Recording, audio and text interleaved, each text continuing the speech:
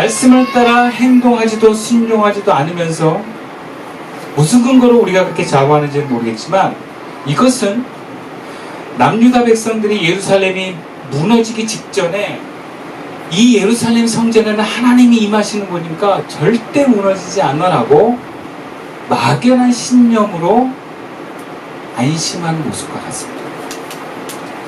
우리 엄마 교회 열심히 다니까 하나님 나를 사랑하셔.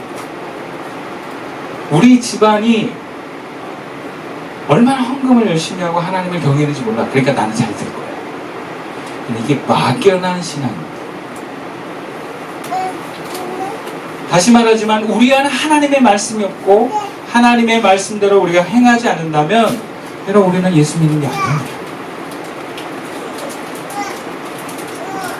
교회를 다니고 있어도 얼마든지 우리는 마귀의 하수인이 될 수 있습니다. 여러분, 마귀의 하수인이 되는 게 사람이 어떻게 예수님을 믿는다고 할 수 있습니까?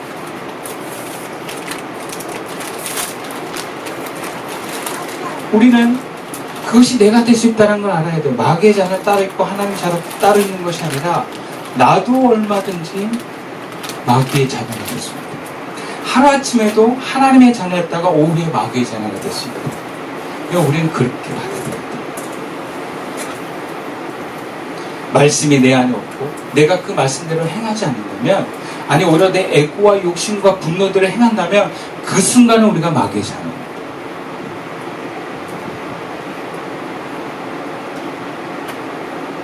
우리가 예수 믿는다는 것은 어떤 것입니까? 오늘 보면 55절에 이렇게 얘기합니다. 너희는 그를 알지 못하되 나는 아노니 만일 내가 알지 못한다면 나도 너희와 같이 거짓말자니가 되리라. 나는 그를 알고 또 그의 말씀을 지킨다. 예수 믿는다는 것은요, 하나님의 자녀로 사는 것입니다. 이것은 구체적으로 말씀이 있고 그 말씀을 지키는 사람입니다.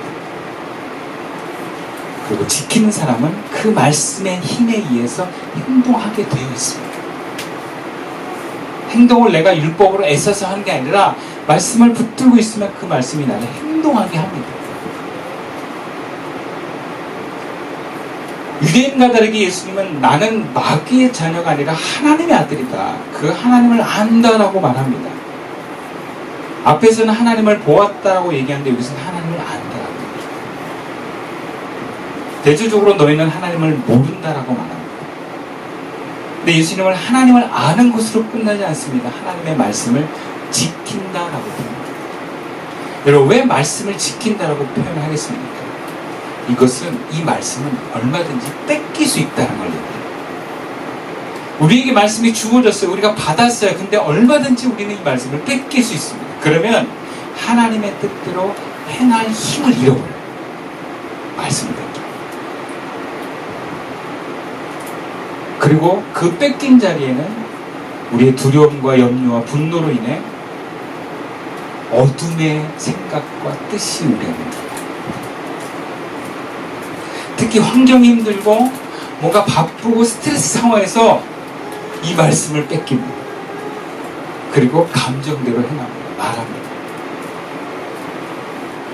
그러니까 이게 뭔가 분노의 상황이 되고 막 스트레스도 바쁘잖아요. 그러면 특히 몸이 우리가 지칠 때 말씀을 뺏기기가 쉬워.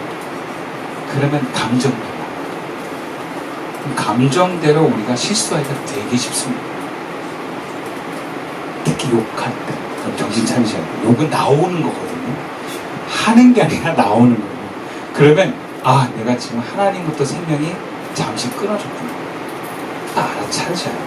뭔가 애를 기죽이는 말을 하거나 뭔가 애를 겁주는 말을 할 때 우리 알아차리셔야 돼요. 이게 하나님으로부터 나온 말이에요. 여러분 생각해보세요. 하나님으로부터 나온 말이 아니면 어디서 나왔겠어요? 내 두려움과 분노에서 나온 거예요. 그럼 내 두려움과 분노는 어디에 기반합니까? 마귀예요. 그럼 마귀를 굉장히 막 우리가 상상하는 이미지의 마귀라고 생각하지 마세요. 실체가 없어요. 단지 우리를 도둑질하고 죽이고 망하게 하는 어떤 존재, 영적인 존재, 형상이 아니고 어떤 어둠의 힘을 하나님과 다른 방향으로 이끌어가는 그 힘을 가지고 있는 존재라고 생각하셔야 돼요. 얼마든지 우리에게 순간순간 나와서 하나님의 말씀을 뺏어가는 존재로 여러분 아셔야 돼요. 그러니까 우리가 아차 하는 순간에 그렇게 가는 거예요.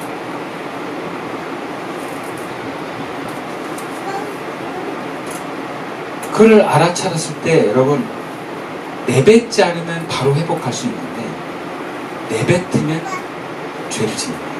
그러면 회개하셔야 돼요. 그래야 하나님 말씀 다시 들어요.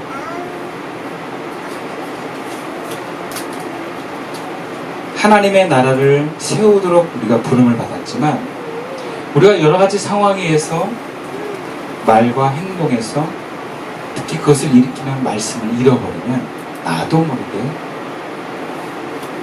죄를 짓습니다. 그런 의미에서 우리는 말씀을 놓치지 않고 어떻게 우리의 일생을 하나님의 자녀로 살까? 오늘 보면 43절 말씀인데 우리 함께 읽어볼까요? 시작. 어찌하여 내 말을 깨닫지 못하느냐? 이는 내 말을 들을 줄 알지 못합니다. 우리가 하나님의 자녀로 살려면 말씀을 받아들이셔야 돼요. 받아들이죠. 하나님의 자녀에게는요, 하나님의 말씀이 있습니다. 그게 하나님의 자녀라고 하는 확신이고 특징입니다. 하나님의 자녀로 살아가도록 하나님은 우리에게 말씀을 주셔요. 그러면 그 말씀이 우리를 움직입니다. 그럼 우리의 문제는 뭐냐? 우리를 움직이게 하는 이 말씀을 받아들이지 않는다는 게 문제예요. 그 이유가 왜 그렇습니까? 감당하기 힘들기 때문에, 두렵기 때문에. 오늘 본문에서 예수님은 유대인들이 지금 당신의 말씀을 못 알아듣는 것은 이해하지 못하기 때문이 아니라는 거예요. 거부하기 때문이다.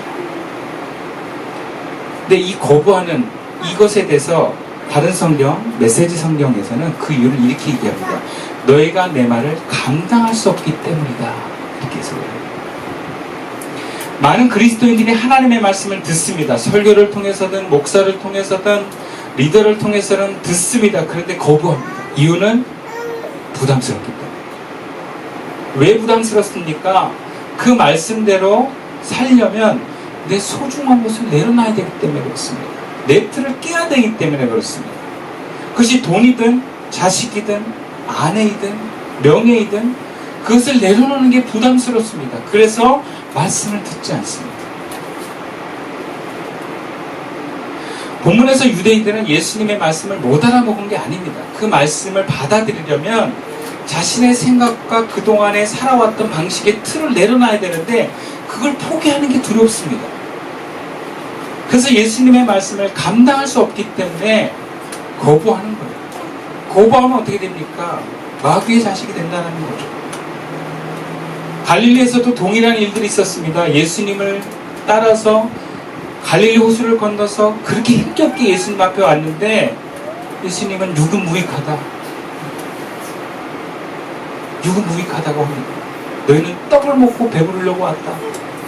아니 육의 만족을 위해서 예수님이 왔는데 그걸 포기하래요. 여러분 이것은 쫓아내려고 하시는 말씀이 아니에요. 제자가 되겠다고 하는 사람들에게 제자가 되려면 육을 포기해라는 거예요.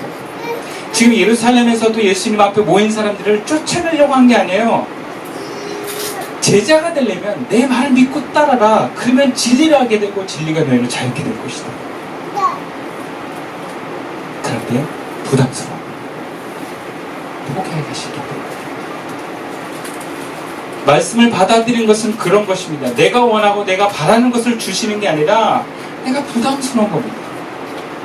내 에고가 붙들고 있는 걸 내려놓으라고 하는 것입니다. 그게 우리는 싫습니다. 그래서 말씀을 받아들이기 전에 우리가 하나님의 자녀가 되려면 이런 전제를 가져야 합니다. 본문 57절과 58절 말씀인데요. 유대인들이 이르되 네가 아직 50세도 못 되었는데 아브라함을 보았느냐? 예수께서 이르시되 진실로 진실로 너에게 이르노니 아브라함이 나기 전부터 내가 있느니라. 우리가 하나님의 말씀을 받아들이는 위해서 우리가 어떤 전제를 가져야 되느냐? 육의 방향을 내려놓고 영의 시선을 가져야 돼요. 육의 욕망이 아니라 영적인 열망을 가질 때 우리는 말씀을 받아들일 수 있어요. 우리의 인생의 방향이 육의 만족과 편안함에 있는 것이 아니라 하나님께 더 다가가는 영적인 것에 있을 때 말씀을 받아들일 수 있게 됩니다.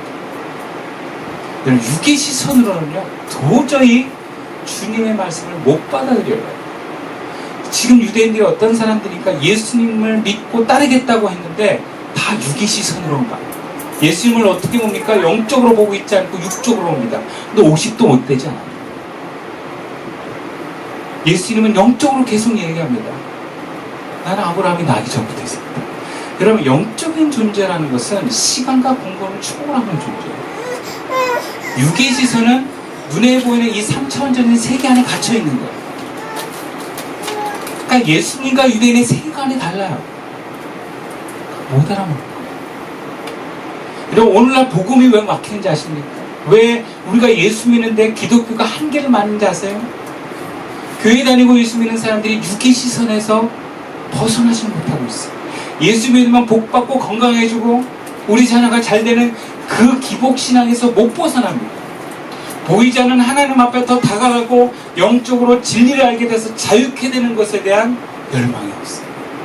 내가 더 편하고 안전하고 내가 육적으로 뭔가 만족된 삶을 원하지 하나님으로 채워지는 것에 대해서는 관심이 없습니다. 그러니까 진리의 복음을 못 알아가고 유혹과 시험에 왔을 때 다 넘어지는 거예요. 목사도 마찬가지죠. 말씀이 주어졌는데 못 받아들여요. 육을 포기할 수 없기 때문에. 여러분, 예수를 왜 믿습니까? 하나님께 다가가려고 예수를 믿는 거예요. 하나님과 교제하려고 예수를 믿는 거예요. 그래서 하나님과 하나 되는 게 그리스도의 영적 방향과 목적입니다. 예수 믿으면 복 받습니다. 그 복의 내용이 무엇입니까? 육의 만족입니까? 아닙니다. 하나님과 가까워지는 영적인 만족입니다. 요한복음은 하나님이 예수님과 창조 때부터 함께 계셨다고 말합니다. 예수님께서 하나님과 함께 하셨고 아브라함은 예수님을 주라고 불렀습니다. 이것은 하나님의 세계관, 영의 연인, 영의 눈이 열린 사람입니다. 예수님은 자신 믿고 따르는 제자들에게 영의 가치를 추구하고 영의 눈이 열려야 된다고 말씀합니다.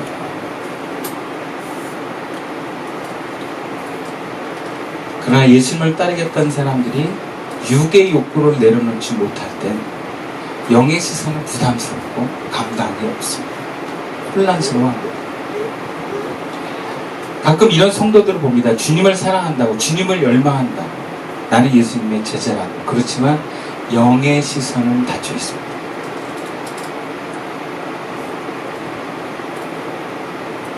본문에 예수님은 영의 시선으로 얘기를 하지만 유대인들은 육의 시선으로 예수님을 보고 있습니다.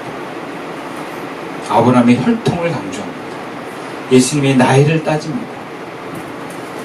보여지는 것, 출신을 강조하는 것, 나이 모두 육을 내려놓지 못하는 모습입니다. 여러분, 우리가 사람들 앞에서 보여지는 것, 뭔가 이렇게 내가 돈이 많은 것, 또 어떤 사회적 지위가 높은 것, 다 이게 육의 시선이에요. 여기에 자유롭지 못하면 언젠가 우리는 말씀을 거부합니다. 말씀이 없으면 그런 유혹에 다 넘어가요. 왜? 그게 내가 행복할 것 같아요. 그리고 말씀을 들으려 하지도 않아요. 그리고 말씀을 들으려 하지 않는 이유를 얘기해야 합니다. 나는 원래 약하니까. 합리화하기 시작합니다. 이게 우리들의 모습이에요.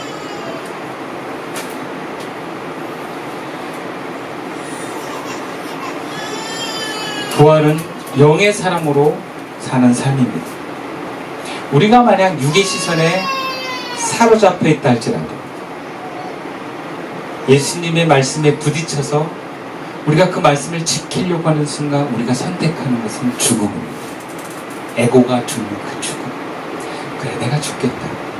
이 말씀을 지키기 위해서 내 열망, 내가 원하는 욕심을 포기하겠다. 그럼 이게 죽음이에요.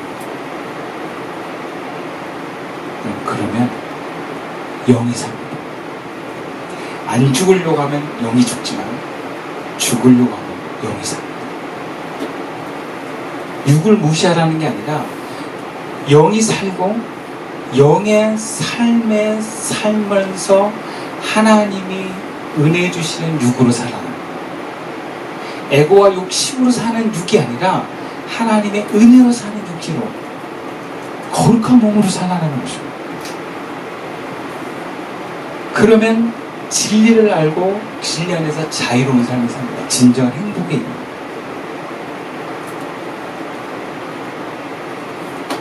두 번째로 하나님의 자녀로 살려면 우리가 삶의 여백을 갖고 기도하면서 나와 하나님을 바라볼 수 있어야 합니다. 대개 하나님의 말씀을 듣지 못하고 자신의 어둠이 사로잡는 사람들은 공통적으로 보면 바쁘거나 피곤합니다. 기도할 시간이 없을 정도로 바쁘고 피곤해합니다. 저도 그래요. 근데 이상합니다. 저를 보니까 아무리 바쁘고 힘들어도 피곤해도 밥은 먹을 시간이 있는데 기도를 놓칠 때는 있어요. 밥은 안 놓치는 거예요. 뭔가 문제가 있습니다. 그리고 잠깐 여유 갖고 시간을 할 때 이상하게 기도 안 하고 핸드폰을 보고 있어요. 특히 유튜브를 보면 마법에 제가 막 사로잡혀가지고 그냥 시간 가는 줄 몰라요. 아, 요즘 그 유튜브의 그 알고리즘 굉장해요. 그 만든 사람 보면 정말 대단해요. 쏙 빠져들게 만들어요. 그리고 30분, 1시간이 지나갑니다. 그러면 어떤 생각하는지 아세요? 기도할 시간이 지나갔네요. 자야지. 이렇게 됩니다. 그 시간에 기도해야 되고 그 시간에 만약에 뭔가 하나님을 바라봐야 하는데 딴 걸 했으면 그 다음부터 기도를 해야 되는데 기도를 안 하고 자야 돼요. 그래서 누워서 기도하다가 잠들어요. 근데 제 경우는 거의 100% 누워서 기도하면 기도가 안 되더라고요. 그러니까 누구는 그런 거는 상관하지 말라고 하는데 저는 그래요. 하나님이 저에게 자세를 원하신다는 걸 느꼈어요.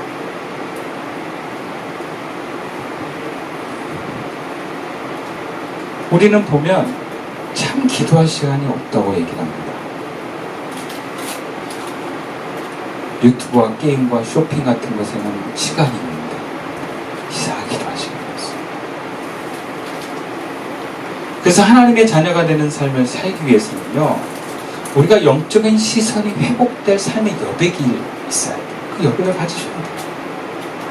바쁠수록 더욱 그 여백을 가지셔야 돼요. 내가 바쁘면 마귀한테 먹힌다 이런 경각심을 가지셔야 돼요. 그래서 짬을 내서라도 삶의 여백으로 뭔가 하나님과 나를 바라보는 시선을 그 순간 가져야 돼요. 필요하면 핸드폰도 차단할 수 있어요. 우리가 금식하면 하나님을 보기가 더 도움이 된다고 그러잖아요. 그럼 영상도 금식하셔야 돼요. 영상 금식. 내가 오늘은 영상 금식하겠다. 굶겠다. 그거 안 보는 거예요.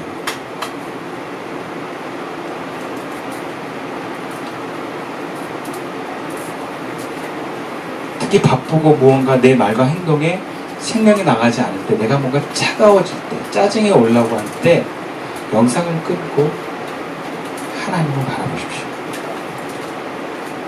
그리고 뭔가 복잡하면 나가서 걸으세요. 그럼 도움이 돼요. 기도 시간을 억지로라도 만들고 공간을 만드십시오. 시간을 정하십시오. 여러분, 기도가 우리 몸에 자리 잡는 건 쉽지 않습니다. 그러면 시간을 내서 공간을 만드셔야 돼요. 사실 우리가 시간이 없어서 기도를 안 하는 게 아니에요. 장소가 없어서 기도를 안 하는 게 아니에요. 마음이 없어서 그래요.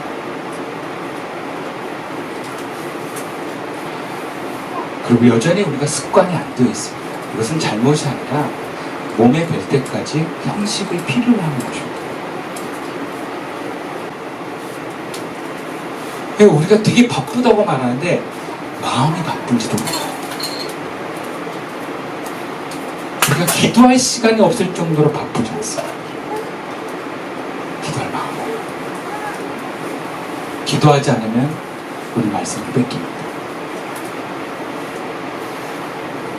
영의 눈이 떠져야만 하나님과 함께 있음을 만족하고 그 자리에 기쁨이 있습니다. 생명이 흐릅니다. 우리가 말씀을 받고 하나님의 뜻을 따라 행하는 것은 희생과 고통이 아닙니다. 말씀을 따라 사는 것은 진정한 행복에 이르는 하나님의 축복입니다.